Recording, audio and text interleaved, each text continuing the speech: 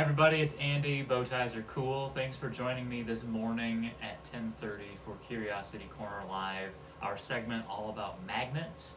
I'm going to show you a few more things about magnets, but first I wanted to give a shout out to Jennifer and Teddy for sharing with us how they were sorting things by whether they were magnetic or not. It was great to see that, and I hope everyone was experimenting with magnets and trying to make your own compass. I refined my compass design a little bit, and I want to show you another way that you can make a compass, and I'm going to show you how this was made. So, let's take a look. Okay, first thing, here's my new compass, and I sealed the edges with hot glue and gave it a different shape, and I even wrote north on there, made a note of where north was. I'm going to put that right there. And it's already pointed north, but if I turn it around, if I turn it backwards, then sure enough it spins and points north.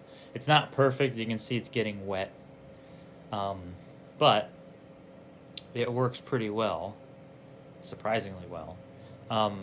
As long as it's able to not be affected by gravity or friction, it'll work. Something as simple as this, well, I don't need the bowl anymore, but something as simple as this string and magnet. This magnet is always going to point north, so if I twist it, try to turn it the other way, it's going to turn and twist back to north. Not a perfect design, but it still uses that idea.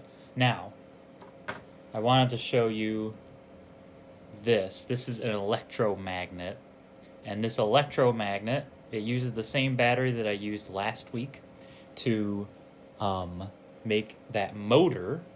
And what I've done is I've taken a screw and wrapped a lot of copper wire around that screw, so that the coils are really tight and they're all touching.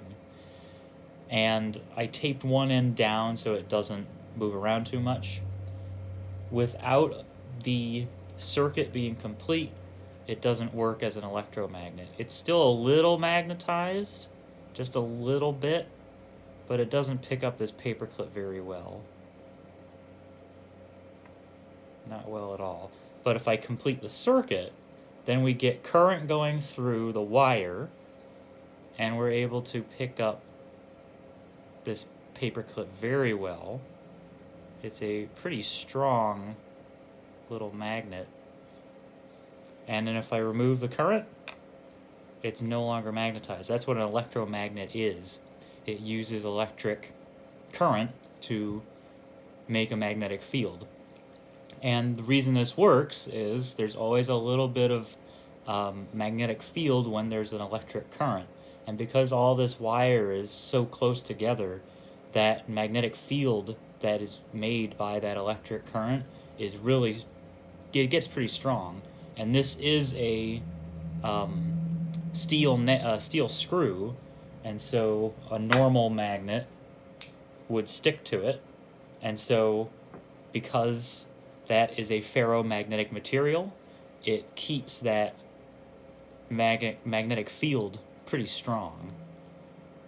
So if you want to make one of these at home, make sure you get a grown-up to help you, because the battery can get hot and it's really hard to get that wire just right.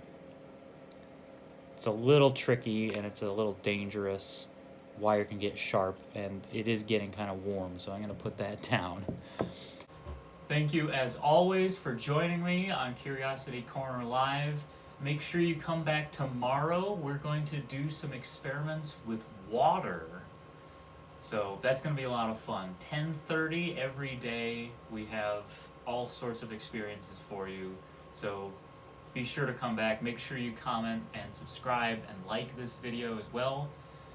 And get everybody involved. So thank you very much. Stay curious.